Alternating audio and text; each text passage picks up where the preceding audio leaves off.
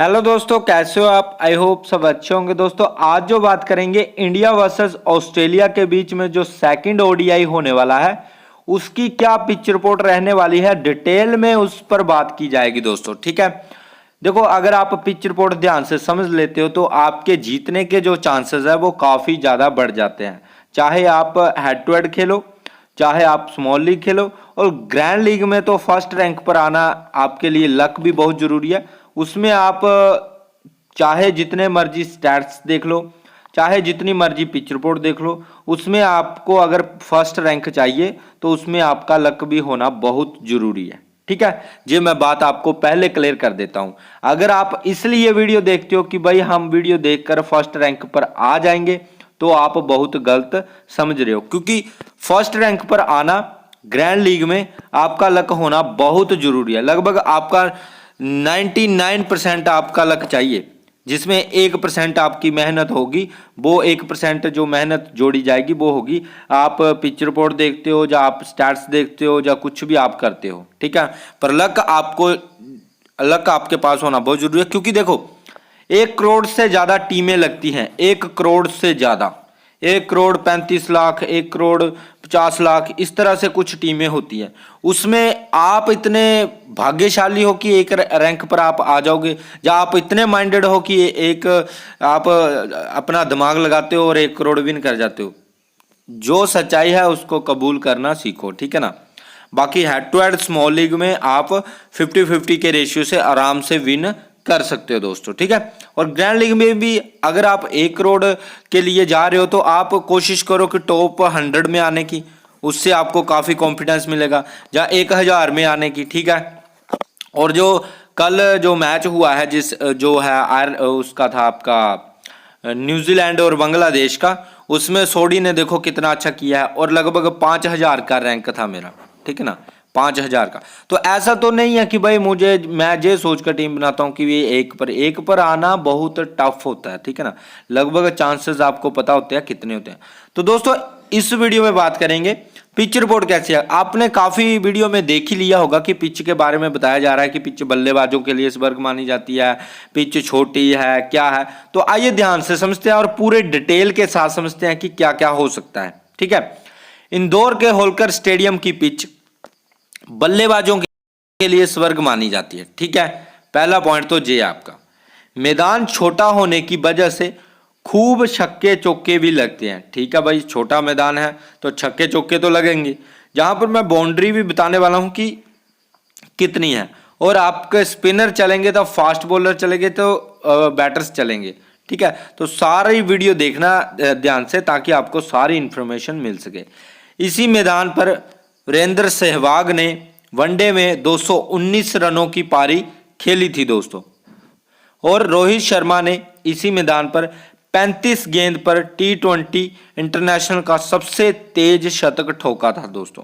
ठीक है ना, तो जहां पर देखो वीरेंद्र सहवाग ने 219 रन की पारी खेली थी इसी पिच पर, रोहित शर्मा ने T20 में 35 गेंदों पे शतक ठोक दिया था। जहां पर हालांकि ये दोनों तो नहीं खेल रहे, ठीक है, पर फिर भी जहां पर एक हमें बात नोटिस करने वाली निकलती है कि शुभमन गिल तो है ना, शुभमन गिल है, केएल राहुल है, ईशान किशन है, आपके ऋतुराज गायकवाड़ है, डेविड वार्नर है, स्टीवन स्मिथ है, मार्कस लवशंगने है, आपके मिचेल मार्श है। तो ये ऐसे प्लेयर हैं जो मतलब काबिलियत रखते हैं 100 एक शतक लगाने की, 150 150 करने की, जहां पर क्षमता रखते हैं दोस्तों। ठीक है, तो वनडे में इस मैदान का सबसे बड़ा स्कोर है 418 रन का दोस्तों।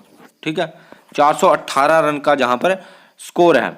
नेक्स्ट बात करेंगे दोस्तों, इस मैदान पर भारतीय टीम ने 2006 में अपना मैच खेला था, तब इंग्लैंड ने 7 विकेट से जीत मिली थी। ठीक है, तब से भारत जहां कुल 6 वनडे खेल चुका है और सभी में जीत मिली है।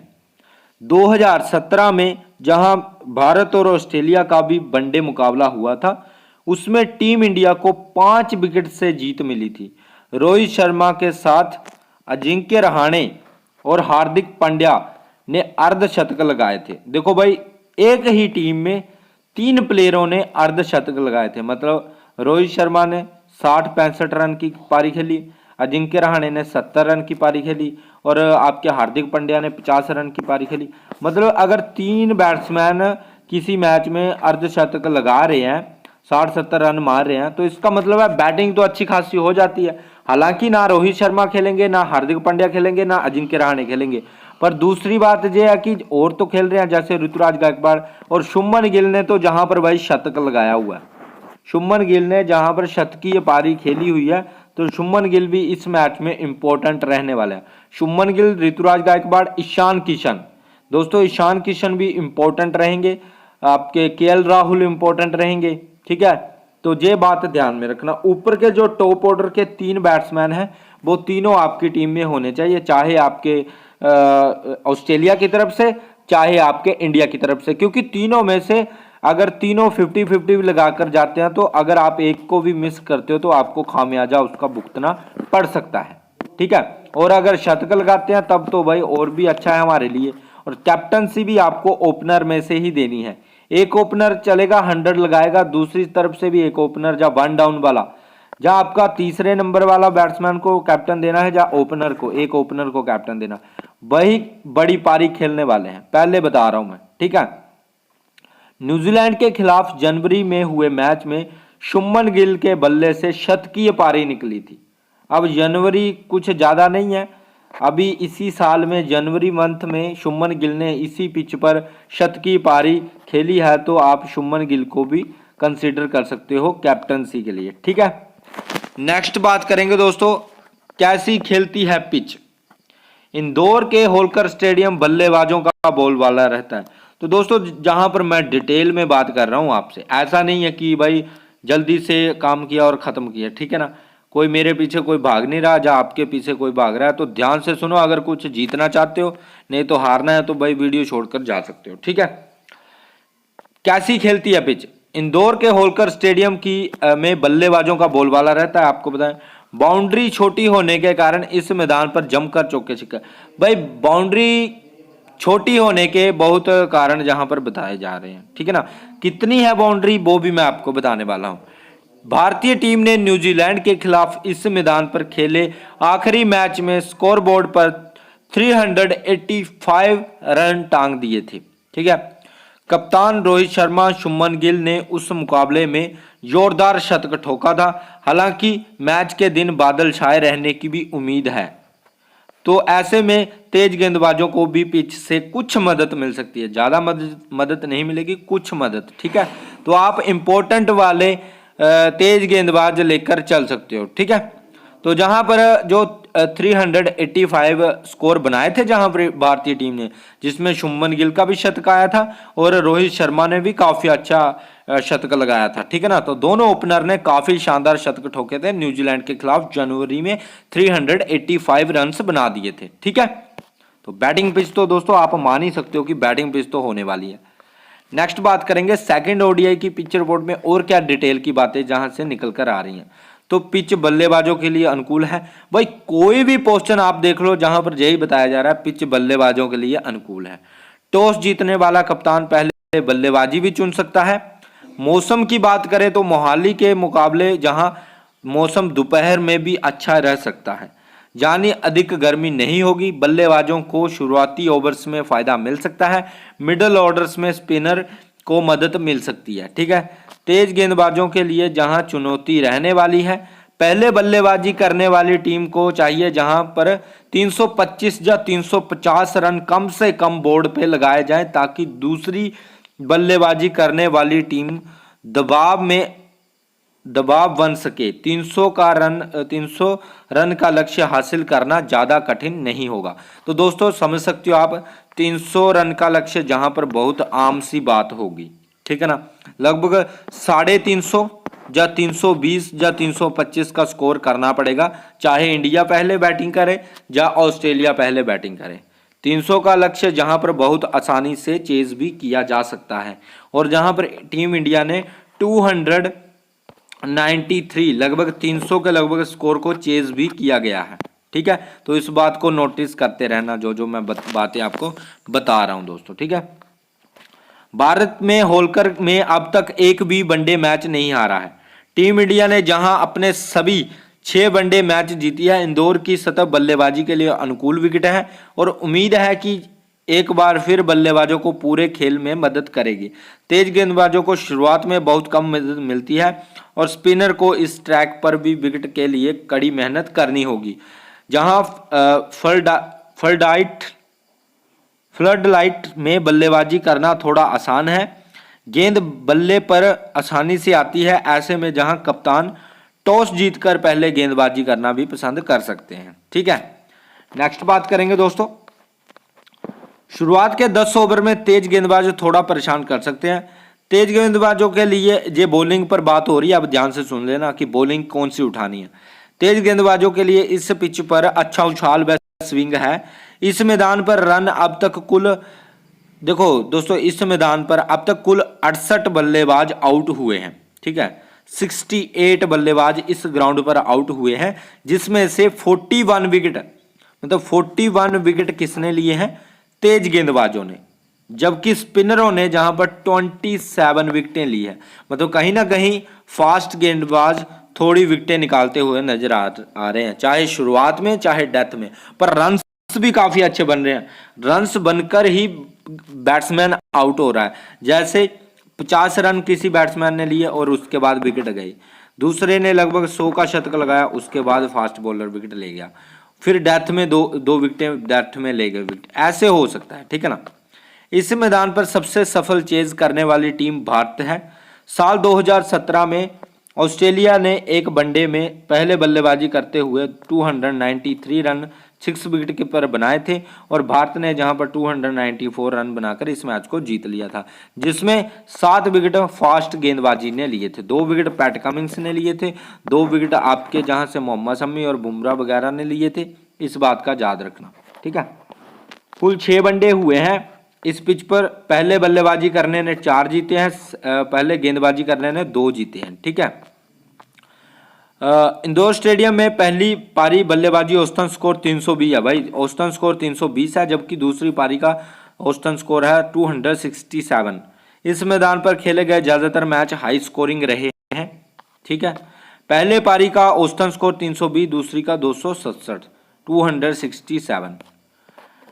दोस्तों बाउंड्री की अगर बात की जाए, होलकर स्टेडियम की बाउंड्री कितनी है, तो होलकर स्टेडियम इंदौर की अगर बाउंड्री की बात करें तो हमें स्टेडियम की 70 मीटर की बाउंड्री देखने को मिलती है। इस स्टेडियम की सबसे बड़ी बाउंड्री 64 मीटर की है, वहीं इस स्टेडियम की सबसे बड़ी बाउंड्री 82 की है। तो भाई 70 मीटर की बाउंड्री कितनी होती है आप खुद ही अंदाजा लगा सकते हो, कुछ ज़्यादा बड़ी बाउंड्री नहीं है। और छोटी तो भाई 64 की है। अगर 64 की साइड गेंद जाती है तो सीधा फिर चौका लगेगा या छक्का लगेगा, ये बात ध्यान में रखना। 64 की बाउंड्री कुछ भी नहीं होती, तभी तो जहां पर इतना स्कोर बन रहा है। ठीक है, होलकर क्रिकेट स्टेडियम में हमें गेंदबाजों को कोई भी सपोर्ट मिलता हुआ नजर नहीं आता दिख रहा, लेकिन शुरुआत में जहां पर तेज गेंदबाज अच्छी लाइन और लेंथ में गेंदबाजी करते हैं तो उन्हें विकेट मिल सकता है। लेकिन स्पिनर गेंदबाजों के लिए जहां कोई भी सपोर्ट, मतलब दोनों को उतना सपोर्ट नहीं है जितना मिलना चाहिए। जहां तक, क्योंकि बाउंड्री छोटी होने के कारण स्पिनर को हेल्प कब मिलती है, जहां तो पिच उनको टर्न दे, जहां उनको अच्छी ग्रिप मिले। ठीक है ना, ये दोनों नहीं है। जहां तो बाउंड्री बड़ी होनी चाहिए, जिसके कारण अगर बल्लेबाज शॉट लगाता है तो अगर अच्छे से कनेक्ट नहीं कर पाता स्पिनर के शॉट को तो भाई वो ऊंचा चला जाता है और वो बाउंड्री के पार नहीं जाता, सीधा कैच आउट हो जाता है, तब जाकर स्पिनर को विकेट मिलती है दोस्तों। ठीक है, तो इस बात का ध्यान में रखना। तो दोस्तों आइए चलते हैं ड्रीम 11 पर किस तरह से टीम बनानी है, क्या करना है, समझते हैं किसको कैप्टन देना है, कि कौन सा ओपनर चल सकता है इस मैच में। तो दोनों साइड से जहां पर जानते हैं, तो आइए चलते हैं ड्रीम 11 पर। तो दोस्तों जहां पर केएल राहुल आपको देखने को मिलेंगे, ईशान किशन। देखो ओपनिंग जोड़ी की अगर बात की जाए तो इंडिया की तरफ से शुभमन गिल और आपके जहां से ऋतुराज गायकवाड़, ये दोनों ओपनिंग करने वाले हैं। ठीक है ना, तो आप इन दोनों को लेकर चल सकते हो क्योंकि अच्छी बैटिंग कर रहे हैं। पर इनमें से शतक कौन लगाएगा ये सबसे इंपॉर्टेंट है। देखो पिछले मैच में अगर बात की जाए तो ऋतुराज गायकवाड़ भी काफी अच्छी फॉर्म में दिखे हैं, शुभमन गिल भी काफी अच्छी फॉर्म में दिखे हैं। तो अगर चाहो तो आप इनको इन दोनों में से कैप्टनसी किसी को भी दे सकते हो। ठीक है ना। बाकी आपका लक डिसाइड करेगा, पर चांसेस दोनों के हैं चलने के। जैसे बोलते हैं ना आप कि फर्स्ट विकेट के लिए 150 की पार्टनरशिप हुई, ठीक है ना, तो उस तरह से जहां पर पार्टनरशिप भी हो सकती है। पर गिल को जहां पर आप कैप्टनसी लेकर जा सकते हो, क्योंकि जहां पर इन्होंने एक शतक भी लगाया हुआ है, ऋतुराज गायकवाड़ भी जहां पर अच्छा करके जा सकते हैं, पर फिर भी गिल को भी आप कैप्टनसी जहां पर दे सकते हो। या फिर आप वन डाउन वाले खिलाड़ी को भी कैप्टनसी लेकर चल सकते हो। जैसे वन डाउन पर आपके श्रेयस अय्यर या फिर ईशान किशन को आप कैप्टनसी दे सकते हो, पर ये थोड़ा ज़्यादा रिस्की हो जाएगा। जो ईशान किशन रहेगा वो ज़्यादा रिस्की रहेगा कैप्टन। पर भाई अगर मेगा ग्रैंड लीग खेल रहे हो फिर तो आपके लिए रिस्क लेना ही पड़ेगा बड़ा से बड़ा। तो एज ए टीम में भी ट्राई कर सकते हो, अगर कैप्टन नहीं देना है तो एज ए टीम में ट्राई तो कर ही सकते हो ईशान किशन को, ठीक है। जहां से जो आप ईशान किशन, केएल राहुल, ये जो 4 बैट्समैन हैं, जहां से मैं आपको बता दूं ये जो 4 बैट्समैन हैं ये मेरी टीम में रहेंगे, ठीक है। नेक्स्ट बात करेंगे ऑस्ट्रेलिया की तरफ से। तो ऑस्ट्रेलिया की तरफ से दोस्तों जहां पर मैं मार्श 45% लोग लेकर जा रहे हैं, जहां से डेविड वार्नर और स्टीवन स्मिथ, ठीक है। स्टीवन स्मिथ ये जो मेरा है ऊपर का रहने वाला है, ठीक है ना, विकेट कीपिंग में और आपका बैटिंग में, ठीक है। नेक्स्ट बात करेंगे जडेजा मैक्सवेल, अगर खेलते हैं तो जरूर ट्राई कर लूंगा, अगर मैक्सवेल आते हैं तो जरूर मैं ट्राई करूंगा, ठीक है। स्टोइनिस को ट्राई करना चाहो तो करके चल सकते हो, ठीक है। बैटिंग अच्छी कर सकता है, नीचे बैटिंग करने आएगा तो अच्छी बैटिंग करके जा सकता है। और जहां से अगर जडेजा को ट्राई करना चाहो तो जडेजा को ट्राई कर सकते हो, ठीक है। बॉलिंग की बात करें, बुमराह, पैट कमिंस या फिर आप शमी, पैट कमिंस और एडम जांपा, इन तीनों को लेकर जा सकते हो। तो बैटिंग ऊपर से लेकर चल सकते हो स्टीवन स्मिथ, मार्श, और जहां पर मैंने 2 रिस्क रखे हैं टीम में, एक तो हमारे यहाँ मिचेल मार्श और दूसरे हमारे ईशान किशन, ठीक है। कैप्टनसी की अगर देखो टीम आपको मैंने पिच आपको बता दी है किस तरह से पिच जा सकती है। बाकी अगर आपको जो वो करना है कि भाई मुझे सब कुछ तो पता है, स्टैट्स देख लिया आपने, रिकॉर्ड देख लिया, सब कुछ देख लिया, अब आपको डिसाइड ये करना है कि टीम किस तरह से बना सकते। देखो नीचे अगर बैटिंग की बात की जाए तो मार्कस लबुशंगने भी है, फिर आपको ऊपर से ड्रॉप करना पड़ेगा मिचेल मार्श को, तब आप लबुशंगने को ट्राई कर सकते हो। फिर आपका एक और रिस्क आ जाएगा, अगर जहां से जोश इंग्लिश को ट्राई करना चाहते हो तो जोश इंग्लिश को आप ट्राई करके चल सकते हो, ठीक है। और आप जहां से अगर बात की जाए तो ऑलराउंडर सेक्शन से किसी को ट्राई करना चाहो तो वो आपके एक मैक्सवेल हैं, ठीक है। आपके जहां से मैक्सवेल हैं, जहां से मैं बता देता हूं, आपके मैक्सवेल जो बैटिंग अच्छी कर लेते हैं, इसलिए आप ट्राई कर सकते हो। छोटी बाउंड्री में मैक्सवेल शतक तक भी लगा सकते हैं, ठीक है ना। तो इंपॉर्टेंट रहेंगे, 13% सिलेक्शन है, अगर खेलते हैं तो मेरी टीम में जरूर रहेंगे, ठीक है। और जहां से स्टोइनिस है, अच्छा करके जा सकते हैं स्टोइनिस भी। और आपके हैं जडेजा, देखो जडेजा है, मैक्सवेल है, स्टोइनिस है, तीनों में से अगर तीनों खेलते हैं तो भाई मेरी टीम में मैक्सवेल रहेंगे, ठीक है। और अगर 2 खेलते हैं जैसे स्टोइनिस और जडेजा, तो दोनों में से मैं स्टोइनिस या जडेजा दोनों में से एक को लेकर चल सकता हूं। स्टोइनिस मेरी टीम में रह सकते हैं, ठीक है, क्योंकि हेल्प तो वैसे भी नहीं है उतनी स्पिनर को, पर फिर भी आप जडेजा को लेना चाहो तो जडेजा को भी ले सकते हो, क्योंकि जडेजा भी बैटिंग अच्छी खासी कर ही लेते हैं, ठीक है। तो जहां से आप फिलहाल के लिए स्टोइनिस को ट्राई कर रहा हूं, ठीक है। आप चाहो तो जहां से स्टोइनिस को ड्रॉप करके आप जडेजा के साथ जा सकते हो, जहां फिर बैट्समैन ऊपर से मार्कस लबुशंगने या स्टीवन स्मिथ दोनों में से एक को आउट करके ईशान किशन को ट्राई कर सकते हो।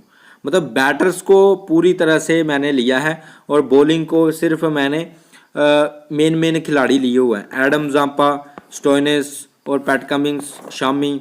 तो जहां जांपा की जगह पर अगर आपको लगता है स्पिनर नहीं चलने वाले, जैसा कि आपने पिच रिपोर्ट देख ही ली है, तो आप जहां से शार्दुल ठाकुर हैं, जहां बुमराह है, क्योंकि बुमराह और शामी डेथ में भी बॉलिंग डालेंगे, तो डेथ के बॉलर्स को भी आप लेकर चल सकते हो दोस्तों, ठीक है। तो इस तरह से भी आप ट्राई करके चल सकते हो। मिचेल मार्श एक इंपॉर्टेंट रह सकता है इस मैच में। देखो मार्च का क्या है, काफ़ी टाइम से फ्लॉप चल रहा है, ठीक है ना। अगर आपने 10 मैचों का रिकॉर्ड देखना है, ओडीआई के 10 मैचों का, तो दूसरे चैनल पर वीडियो आने वाली है, तो आपको उसमें पता चल जाएगा। शुभमन गिल, आपका मिचेल मार्श, मतलब मार्कस लबुशंगने, इन्होंने लास्ट 10 मैचों में किस तरह की परफॉर्मेंस निकाली है, ठीक है ना। तो उसमें मैं आपको बता दूंगा कि किस तरह से इनका रिकॉर्ड है 10 मैचों का। अगर दोस्तों कैप्टनसी की बात की जाए तो इस मैच में गिल एक इंपॉर्टेंट पिक है कैप्टनसी के लिए, ऋतुराज गायकवाड़ एक इंपॉर्टेंट पिक है कैप्टनसी के लिए, ठीक है। मिचेल मार्श एक इंपॉर्टेंट पिक है दोस्तों इस मैच में कैप्टनसी के लिए, पर रिस्क है, यहाँ से मैं आपको बताऊं, अगर मिचेल मार्श का रिस्क है, पर इस मैच में कैप्टनसी के लिए बेस्ट पिक बन सकता है मिचेल मार्श, बड़ी पारी खेल सकता है, ठीक है। बाकी आप ईशान किशन को कंसीडर कर सकते हो और 22 कैप्टनसी मिचेल मार्श को ट्राई कर सकते हो, या मिचेल मार्श को कैप्टनसी और 22 कैप्टनसी जहां पर शुभमन गिल को ट्राई कर सकते हो, जहां से ईशान किशन को ट्राई कर सकते हो। मतलब बैटर में से ही कैप्टनसी देना कोशिश करना, 4th और 5 वाला बैटर्स को मत कंसीडर करना, पहले बता रहा हूँ। कैप्टनसी का एक तरीका बताता हूँ, 4th और 5 वाला बैट्समैन को कैप्टनसी देने की कोशिश मत करना, आपको बहुत कम पॉइंट्स देने की देगा। अगर आप 4th और 5 वाले को कैप्टनसी दे रहे हो, इसका मतलब ये है कि आपको लगता है कि ऊपर की विकेटें जा रही हैं, ठीक है ना। जहां तो ओपनर को देना, एक ओपनर को जिसको आपको लगे कि भाई ये आज अच्छा करेगा, 100 लगाएगा, उसको कैप्टन देना। जहां जो बर्न डाउन पर आता है, जैसे बर्न डाउन पर कौन कौन आते हैं, जैसे आपके शुभमन गिल और ऋतुराज गायकवाड़ है, इन दोनों में से कैप्टनसी देने की सोच रख सकते हो। बाकी आप वार्नर और मार्श आते हैं जो है आपके ओपनिंग करने, तो मार्श और वार्नर में से एक को कैप्टनसी देने की सोच सकते हैं, या फिर स्टीवन स्मिथ आते हैं उसके बाद, और उधर से ईशान किशन आपके श्रेयस अय्यर आएंगे, ठीक है ना। तो ये बात आप सोच समझकर सोच लेना कि मैं आपको क्या बताया है। ज़्यादा वैसे तो मैं ओपनर को ही कंसीडर करूंगा, या तो आप ऑस्ट्रेलिया का एक ओपनर कैप्टन देना या फिर इंडिया का एक ओपनर कैप्टन देना, ठीक है। और 22 कैप्टनसी आप खुद से भी दे सकते हो, 1 डाउन वाला या 4th वाला कैप्टनसी ओपनर में से ही देना, क्योंकि दोनों साइड से शतक आने की काफ़ी ज़्यादा चांसेस रहेंगे दोस्तों, ठीक है। तो अगर वीडियो अच्छी लगी है तो वीडियो को लाइक कर देना, चैनल को सब्सक्राइब भी कर लेना। मिलते हैं नेक्स्ट वीडियो में, बाय गाइस, टेक केयर।